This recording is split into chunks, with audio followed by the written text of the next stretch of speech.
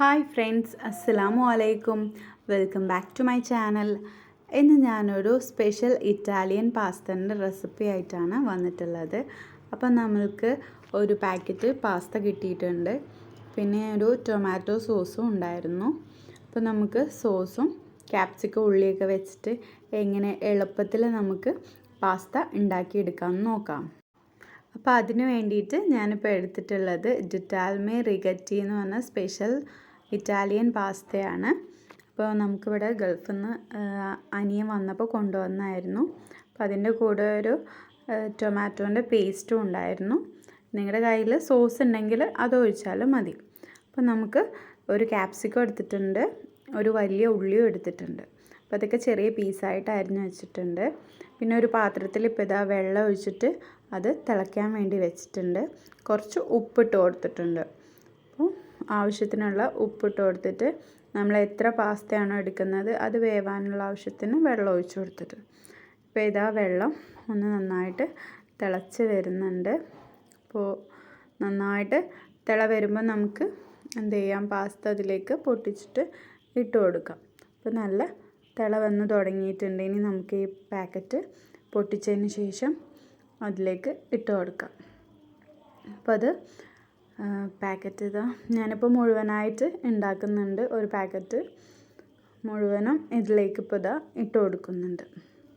ഇനി നമുക്ക് ഇത് ഇട്ടതിന് ശേഷം നന്നായിട്ടൊന്ന് മിക്സ് ചെയ്ത് കൊടുക്കണം, ഇല്ലെങ്കിൽ ഇത് തമ്മിൽ ഒട്ടിപ്പിടിക്കും.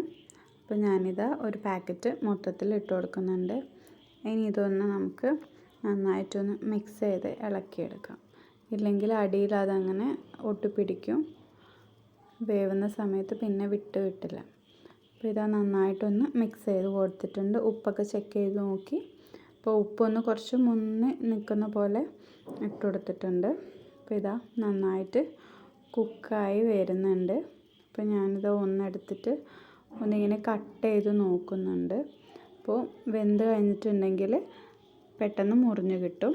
അപ്പോൾ ഇത് കുക്കായി വന്നിട്ടുണ്ട്, വെള്ളമൊക്കെ വറ്റി വരാറായിട്ടുണ്ട്. ഇനി നമുക്കിത് ഒരു സ്ട്രെയിനർ വെച്ചിട്ട് ഊറ്റിയെടുക്കാം. അപ്പോൾ ഇതാ ഞാൻ ഒരു സ്ട്രെയിനറിലേക്ക് ഒഴിച്ചിട്ട് ഊറ്റിയെടുക്കുന്നുണ്ട്. ഇനിയിപ്പോൾ ഇത് വെള്ളമൊക്കെ കളഞ്ഞതിന് ശേഷം ഒരു പാൻ വെച്ചിട്ട് ഇനി നമുക്ക് ഉള്ളിയും ക്യാപ്സിക്കവും ഒന്ന് വഴറ്റിയെടുക്കാം. അപ്പോൾ ഞാനിതാ പാൻ വെച്ച് കൊടുത്തിട്ടുണ്ട്, അതിലേക്ക് ഓയിൽ ഒഴിച്ച് കൊടുക്കുന്നുണ്ട്.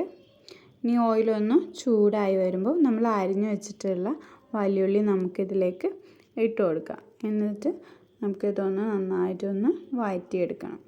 അപ്പോൾ ഒരു വലിയ സൈസ് ഉള്ളി ആയതുകൊണ്ട് ഒന്ന് എടുത്തിട്ടുണ്ട്, ചെറിയ സൈസ് ആണെങ്കിൽ ഒരു 2 ഉള്ളി എടുക്കാം. അപ്പോൾ ഉള്ളി ഇട്ടതിന് ശേഷം നമുക്കിത് നന്നായിട്ടൊന്ന് വഴറ്റിയെടുക്കാം. പിന്നെ ഉള്ളി വഴന്ന് വരുമ്പോൾ നമുക്കിനി ഇതിലേക്ക് ക്യാപ്സിക്കമാണ് ചേർത്ത് കൊടുക്കാനുള്ളത്. അപ്പോൾ ഉള്ളി ഒന്ന് ക്യാപ്സിക്കം പെട്ടെന്ന് കുക്കായി കിട്ടും, ഉള്ളിയാണ് കുറച്ചും കൂടെ വേവ് ഉണ്ടാവുക. അപ്പോൾ ഉള്ളി ഒന്ന് വഴറ്റി കഴിഞ്ഞാൽ നമുക്കിനി ഇതിലേക്ക് ക്യാപ്സിക്കം ചേർത്ത് കൊടുക്കാം. ചെറുതായിട്ട് അരിഞ്ഞിട്ടുള്ള ഒരു ക്യാപ്സിക്കമാണ്, അതിപ്പോൾ ഇതാ ഞാനിതിലേക്ക് ഇട്ട് കൊടുക്കുന്നുണ്ട്. ഇനി ഈ ക്യാപ്സിക്കം കൂടി ഇട്ടതിന് ശേഷം നമുക്കിത് നന്നായിട്ടൊന്ന് വഴറ്റിയെടുക്കണം. ക്യാപ്സിക്കം ചെറുതായിട്ടാണ് ഞാൻ അരിഞ്ഞിട്ടുള്ളത്, പെട്ടെന്ന് കുക്കായി കിട്ടും.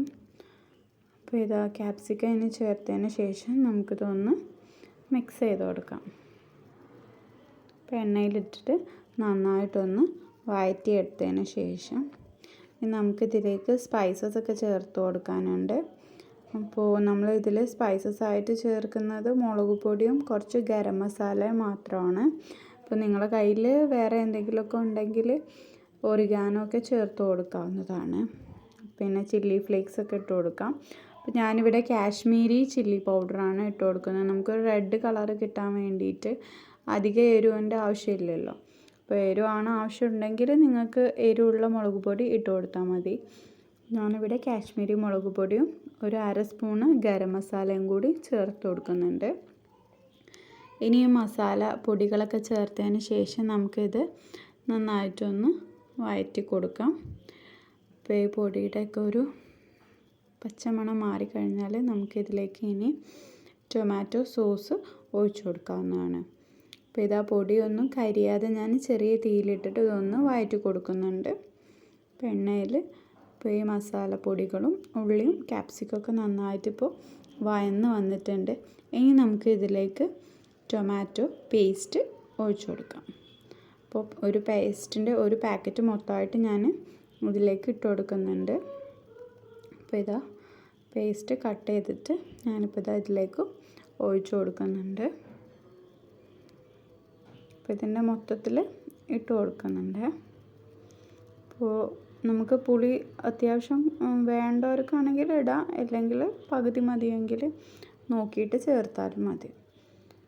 അപ്പോൾ ഇതാകുമ്പോൾ കുറച്ച് കട്ടിക്കുള്ള കൺസിസ്റ്റൻസിയിലാണ് ഉണ്ടാവുക. അപ്പോൾ കുറച്ച് പുളി കൂടുതലുണ്ടാവും. നമ്മൾ സോസിൻ്റെ പോലെ ടൊമാറ്റോ പേസ്റ്റ് ആയതുകൊണ്ട്. അപ്പോൾ ഇത് നന്നായിട്ടൊന്ന് മിക്സ് ചെയ്ത് കൊടുക്കുന്നുണ്ട്.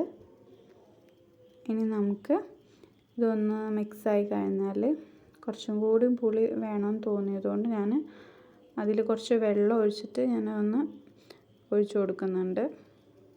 പാക്കറ്റിൽ കുറച്ച് വെള്ളം ഒഴിച്ചതിന് ശേഷം ഞാനിപ്പോൾ ഇതാ ഇതിലേക്ക് കുറച്ചും കൂടെ ഒന്ന് വെള്ളമാക്കി ഇട്ട് കൊടുക്കുന്നുണ്ട്. അപ്പോൾ നമ്മളിനി പാസ്ത ഇടുന്ന സമയത്ത് ഇത് ഡ്രൈ ആയി കഴിഞ്ഞാൽ എന്നും അതിലേക്കൊന്ന് പിടിച്ച് കിട്ടാൻ വേണ്ടിയിട്ട് കുറച്ച് വെള്ളം കൂടെ ഒന്ന് മിക്സ് ചെയ്തിട്ട് ഗ്രേവി ആക്കി കൊടുക്കുന്നുണ്ട്. അപ്പോൾ ഇതാ പേസ്റ്റ് മൊത്തത്തിൽ വെള്ളം ഒഴിച്ച് ചുഴറ്റി എടുത്തിട്ടുണ്ട്. ഇനി ഇതിലേക്ക് ഞാനിപ്പോൾ ഇതാ ഉപ്പ് കുറവ് തോന്നിയപ്പോൾ ചെക്ക് ചെയ്തപ്പോൾ ഒന്ന് കുറച്ച് ഉപ്പ് കൂടി ഇട്ട് കൊടുക്കുന്നുണ്ട്. നമ്മൾ പാസ്ത വേവിക്കുമ്പോൾ ഉപ്പിട്ടിട്ടുണ്ട്. അപ്പോൾ ഇതിലേക്ക് ഞാൻ ഉള്ളി വേവിക്കുമ്പോൾ ഉപ്പിട്ടിട്ടില്ലല്ലോ, അപ്പോൾ നോക്കിയിട്ടാണ് ഇടുന്നത്. ചില സോസിൽ ഉപ്പ് ഉണ്ടെങ്കിൽ നമ്മൾ ഇടേണ്ട ആവശ്യമില്ല, ചെക്ക് ചെയ്തതിന് ശേഷം ഇട്ടാൽ മതി. അപ്പോൾ ഇതാ സോസും ഉള്ളിയും ക്യാപ്സിക്കൊക്കെ നന്നായിട്ട് വഴന്ന് വന്നിട്ടുണ്ട്. ഇനി നമ്മൾ ഈ ഇതിലേക്ക് നമുക്ക് പാസ്ത ഇട്ട് കൊടുക്കാവുന്നതാണ്. അപ്പോൾ ഞാനിതാ വേവിച്ച് ഊറ്റി വെള്ളമൊക്കെ വാർത്തതിന് ശേഷം ഊറ്റി വെച്ചിട്ടുള്ള പാസ്ത ഇപ്പോൾ ഇതാ ഇതിലേക്ക് ഇട്ട് കൊടുക്കുന്നുണ്ട്. അപ്പോൾ മൊത്തത്തിൽ ഇട്ട് കൊടുത്തിട്ട് ഇനി നമുക്കിതൊന്ന് വഴറ്റിയെടുക്കാം. നമ്മൾ പാസ്ത ഊറ്റി വയ്ക്കുമ്പോൾ നമുക്ക് വേണമെങ്കിൽ കുറച്ച് തണുത്ത വെള്ളത്തിൽ ഒഴിച്ചു കൊടുക്കാം, വല്ലാണ്ട് വെന്ത് കുഴഞ്ഞു പോവാതിരിക്കാനാണ്. ഇത് അത്യാവശ്യം വെന്തിട്ടുള്ളൂ, ഓവർ കുക്കായിട്ടില്ല.